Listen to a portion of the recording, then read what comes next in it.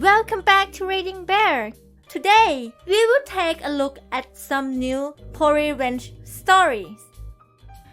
And if you enjoyed my content, please don't forget to subscribe to my channel and post some bear emojis in the comments. Let's go! First one is titled, The Ding Dong Duckheads. Some background. We live in a wealthy stuck-up neighborhood filled with entitled teens. Not all but some. So I showed a video on a previous post about this group of teenagers who started ding-dong ditching us for months even though we didn't know them and didn't do anything to them before they started. We sold our condo unit to move to North Carolina. They threw a smoke bomb on our porch in the video, which ended up staining the patio. Unfortunately, tomorrow we have the buyer of our house coming to do a walk-through and we don't know if we can clean the stains. The revenge. We bought an outdoor alarm and a Ring doorbell just to catch them. We even made a sign plastered with pictures of them in masks with phrases like duckhead, pussy, still a virgin, scared, and a hole. It didn't stop them. So a few months ago, before they pulled the whole "it's a boy" prank, my dad would sit on the porch and wait for them. One day he saw them and chased them up a nearby hill. He found where they were coming from. So my dad came home and grabbed some fishing line, a paintbrush, and a bucket of brake fluid. For those who don't know, brake fluid stinks like heck. My dad set up a tripwire between two trees and painted the fence they were hopping over in brake fluid. The next night they ding-dong ditched us again. In the morning my dad went up the trail and found the tripwire snapped, and tons of hand and feet prints all over the fence. Those idiots got all their clothes covered in the stuff, and I imagine that they did not have a fun time washing them. Since we're moving, we could care less about them anymore and we're excited to start our new lives on the east. The police are looking for them because of the porch, which counted as vandalism. A neighbor up the road said that they threw a dead rat at his window, so he also told the cops.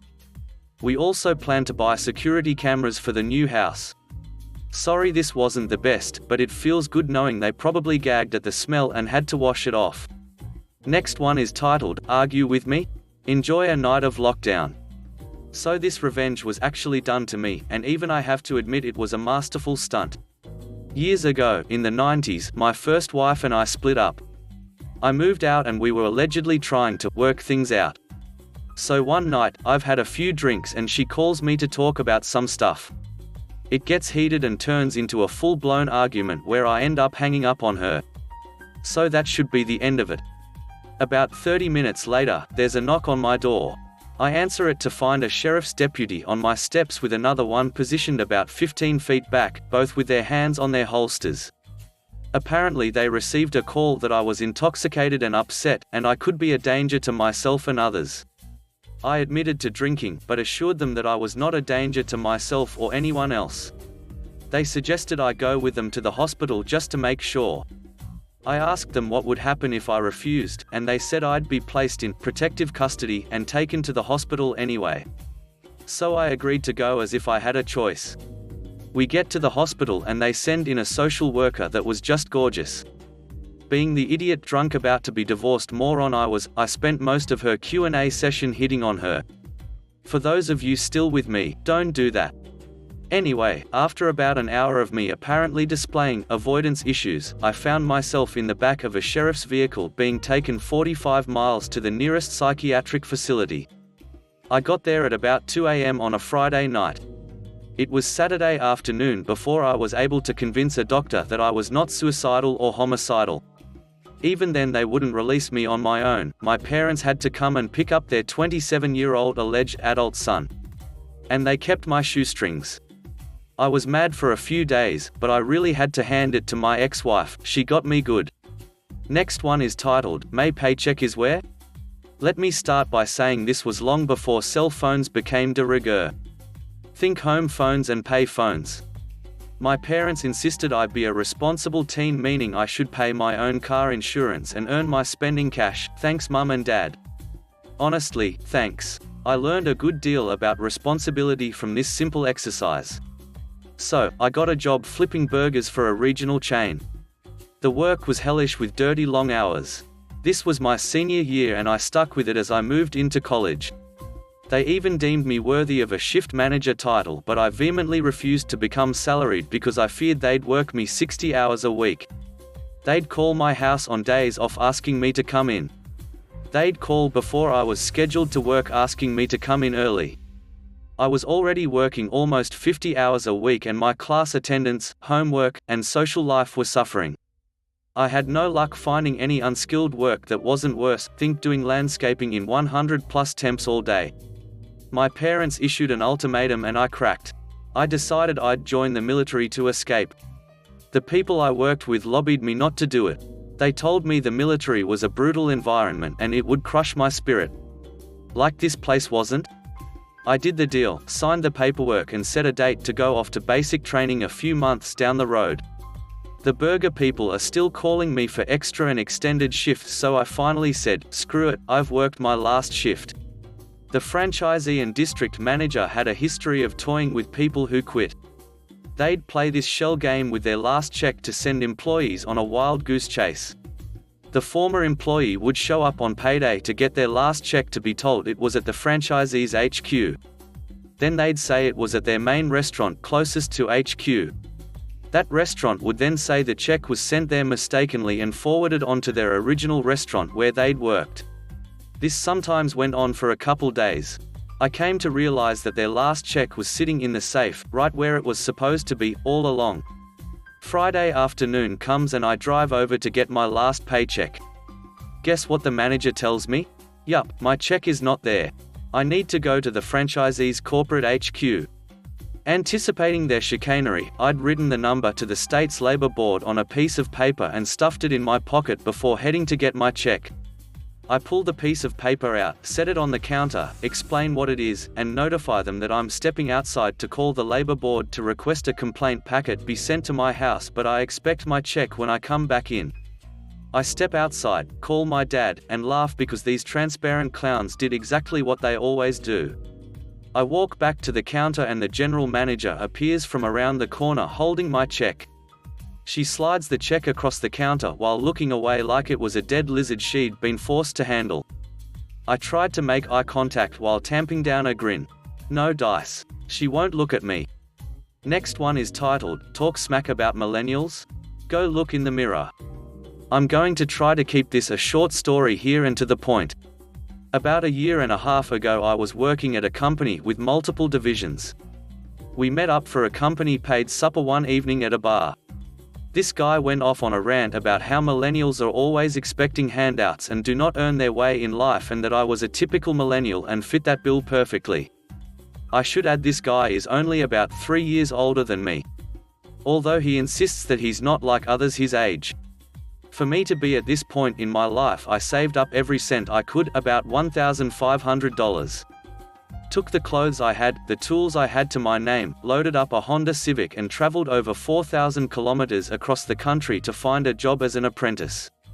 I was 21 and left all my friends and family to start a new life in a different city.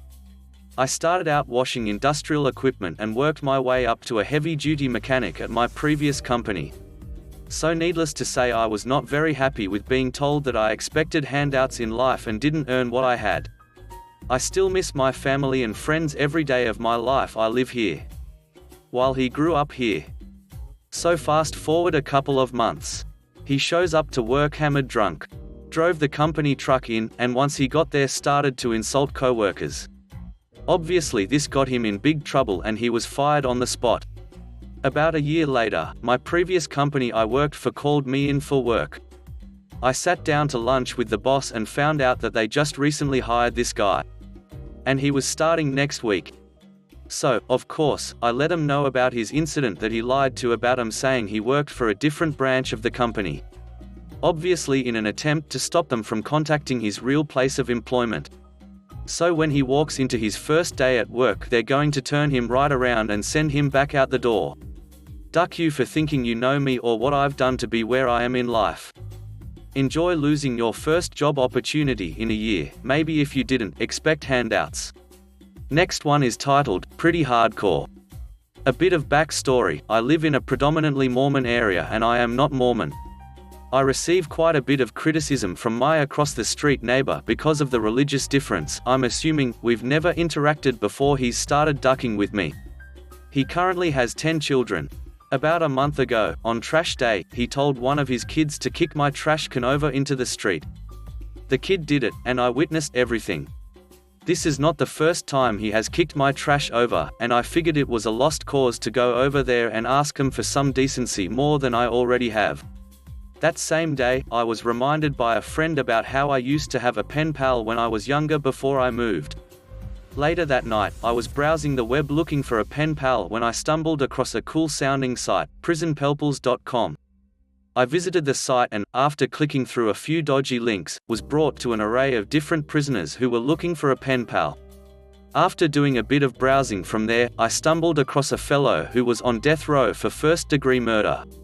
Feeling bad for this guy, but not wanting to give my address out, you send an email, the guards print it out and give it to the prisoner, who then write you a letter and delivers it to your physical address. I remembered the butthole across the street. More out of curiosity than malice, I proceeded to write a very detailed letter about how I am a trapped, secretly gay Mormon man with 10 kids who is looking to start an extramarital affair with a prisoner. I put in his address and send. I had my hilarious, petty satisfaction. I expected nothing to come out of this. I thought he would be going through his mail, see the letter, not open it, toss it and think nothing of it after that. But boy, was I wrong. Of course, with it being a small town, this guy does run a small business here where one of my acquaintances works. I went in just earlier today and chatted with my acquaintance before he told me, "Oh my god, did you hear about neighbor?" I said no because I hadn't, and he filled me in on all of the details. Apparently one of the neighbor's kids had brought in the mail, only for his wife to find it and read the letter from this prisoner responding to the joke letter that I wrote. I don't know the specifics of the letter, but I do know that his wife threw a ducking fit when he arrived home and made him pack his bags. My acquaintance informed me that this was not the first time neighbor had started or tried to start an affair with another man, and apparently this was the last straw for her. I am still shocked, horrified, and extremely amused by this predicament. Next one is titled, "A whole pickup truck won't let me merge over to let his butt by." Fine, enjoy getting ducked with and getting a big fat ticket to boot. I was helping my friend move last weekend and were driving down a double-lane highway, speed limit 50 about 10 at night. A hole in a lifted truck and blue blinding high beams and fog lamps come speeding up behind, and I mean full of hole high beams. It's fairly common for people to race down this stretch late at night with few others on the road. I'm following my friend in the left lane coming up on another car to pass that is in the right lane. At first, I'm like whatever, moron, I'll just merge back over to the right and let douche truck pass. I'm too tired to deal with this crap and been going back and forth all day. Well, even though I signal and I'm starting to merge over into the right lane, douche truck gets mean and decides to cut around and ride the butt of the other car in the right lane so I can't complete my lane change. Okay, idiot. So I decide to just keep going and pass the guy on the right. He swerves right back around and rides my butt again. My friend in front of me eventually sees what was going on and he moves over to the right lane and I pull up beside him. We both smile at each other and decide to duck with douche truck. We both talked before about how much we hate holes in lifted trucks driving like ductards with illegal lights. First my friend speeds up a bit and the douche cuts over like he's going to weave through, then he slows down and I speed up and he cuts back over. We do this for about 2 miles until the speed limit drops to 25 right before Walmart and center lane opens up. We both slow down to exactly 25 at the reduced ahead sign well before the actual sign, which makes this guy even more upset. He decides to floor it past us in the center lane, through the intersection right past a cop SUV. Cop does a quick U-turn and flips his lights on and nabs douche truck going probably 70 in the 25. We finally get to his house and the whole time we're unpacking we can't stop laughing. Watching douche truck get ducked provided us the morale boost we needed to finish up that night. Next one is titled, Satanic Chance for Religious Chris.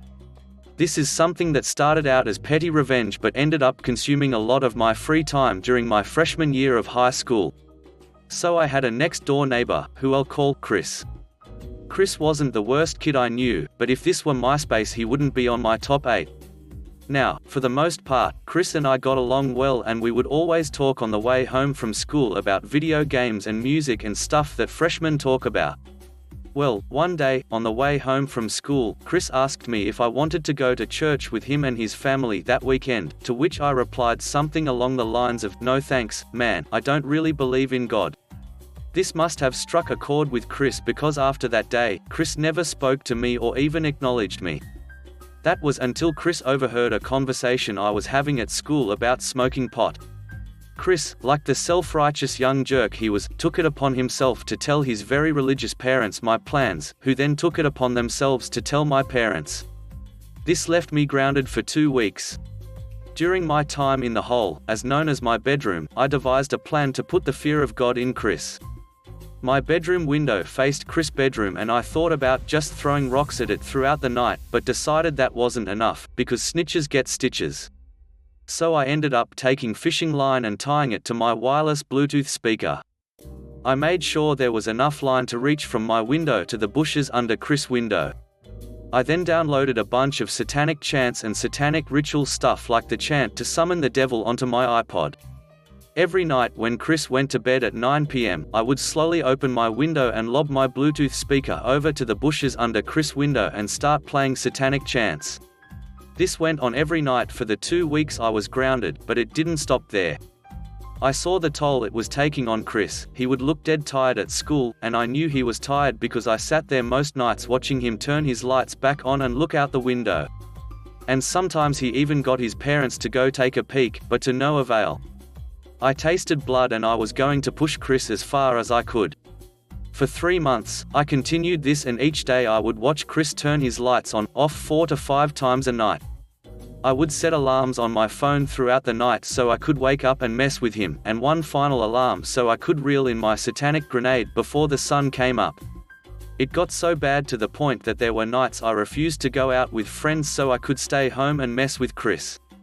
Apparently, this prank took a toll on Chris because his grades dropped significantly that semester, and the next year his parents put him in a private Catholic school. I never really spoke to him after that despite being neighbors.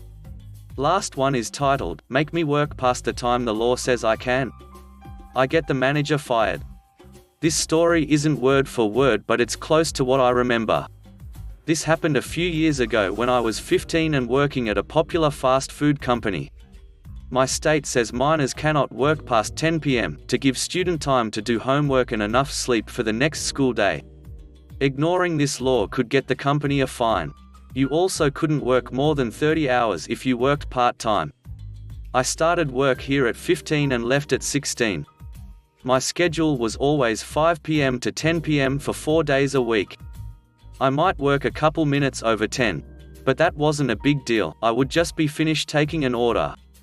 I had worked there for a good year, no bad reviews, always had smile, rarely had a sick day and would often cover others, and I had gotten Employee of the Month twice. We were always short on people. So one day, I was working and taking orders in drive-through. About 9:30 p.m, the manager, female 37, had told me to stay late. "Op, I'm gonna need you to stay late tonight, the person covering you doesn't come in till 2 a.m. "Op, I can't because." "We need you to." "Co-worker, she can't, she's a minor." "Well, the person covering her shift doesn't show up till 2 a.m, Op will deal with it." I worked till 2 a.m. and went to school with barely any sleep. I wake up at 6 a.m. as school started at 7. After this would happen every time I worked with this manager, which was 2 out of the 4 days I worked, and often would be days in a row, Tuesday and Wednesday. I was really falling behind in school work, as could barely even get enough sleep to function. I would get home about 2:15 if I left exactly 2 a.m, eat, as my last meal would have been lunch at school, and then finally falling asleep about 3 a.m. I have trouble falling asleep. This was very much illegal, as I was working 38 hours, legally I couldn't work more than 30 as a part-time, and working past 10 p.m. I was receiving no breaks, as at my work, if you work more than 5 hours, you get a 30 minutes unpaid break. This happened for about a month. So I go into work again, and it's this manager again. 9:30 p.m, manager tells me I have to stay again till 2 a.m. You're staying late again. Op, I can't, I have school tomorrow and I'm falling behind. M, I don't care, you need to work till 2 a.m. to have someone cover your shift. Op, I legally am not supposed to work past 10 p.m. M, but when you applied here, you agreed that if you needed to work extra you would. Op, which general manager said I still would have to be off at 10 p.m. due to state labor laws? M, you agreed when you applied that you could work extra, so you're working extra, now get back to work. So I ended up working this shift, but I decided to report my company and corporate, as other managers didn't believe me when I first told them. I called the school day off as well as call of work that day with the same manager. I decided to email higher-ups, stating dates and times I worked, showed I was still a minor, worked more than 30 hours a week, and stated if the city found out, they would get a huge fine due to this. I also tagged my general manager as well. This immediately went into investigation. I was told I could have the next few days off at work. I finally got enough sleep. So when I came back in for my shift after my days off, I was taken into the office. Cast. CM, Corporate Manager. GM, General Manager of my store. GM, please take a seat. We would like to talk. I take a seat in the office and set my stuff in next to me. CM, I would like to say sorry on behalf of the company for your overtime. Legally you are not allowed to work past 10 p.m. and manager neglected to follow the law. GM, manager has been fired for disobeying the law and possibly causing the store to lose a lot of money. We also had found out she has done this to other people on nights you didn't work. CM, if it wasn't for your complaint, this would have gone much longer than it did. The meeting ended shortly after I signed some papers about my complaint, and how I'd get a raise, and how all my meals would now be free instead of half off. I quit shortly after, and last time I've seen the manager was when I went to the grocery store when she was packing bags. Thanks for listening.